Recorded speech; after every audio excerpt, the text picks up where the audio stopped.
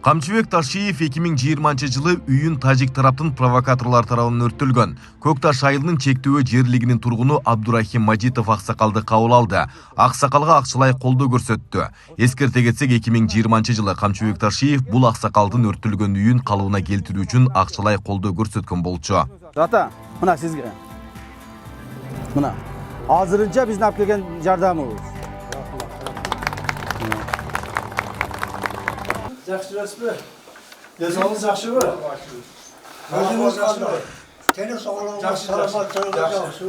Жақсы. Millet içiyor. Өзіңіз қандай жүресіз? Olur amca. Денсаулық жақсы ба? Azınca жақсы. Байбіше қандай? Baybiçe dürüst. Жақсы ба? Duayı salamat diyor. Жақсы, рахмат, рахмат. Benim atımdan duayı salamat. Рахмат, рахмат. Tinç vakırı. Paşa sizden bir хабар алып кетейін деп келдім. Rahmat, rahmat. Ошо 5 жылдан бeri сізді көре элекмин. Rahmat. Жанагыдай кырсык болгондон кийин ошондо зарлап ыйлап турганыңыз көз алдыман эч кетпейт. Эми ошол күндөрдүн баары артта калды. Кудай кааласа баары чечилип атат, баары бүтүп атат, баары жакшы болот.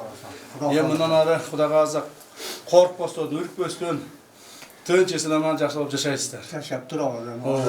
Дагы бир маселе. Мына тыйын сизге ала келдим.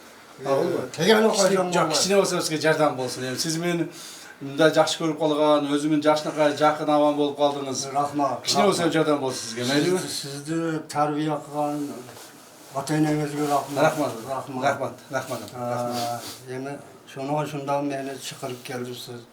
Bizi silahsız, Kuday Tağlan sizi hürmet kılsın, izzat kılsın. Рахмат аба, рахмат. O televizorda görüyoruz. Oturunuz, gel. Bir gün çay içelim. Gel. Tanışarsınızdan berisin, o kadar zamanı siz olsun. Geleceğinler kim olsun, oğullar, uzun falan olmalı. Çalı kampirlerden duasını alalım. Hadi gaz gelsin. Canım yok, kolay.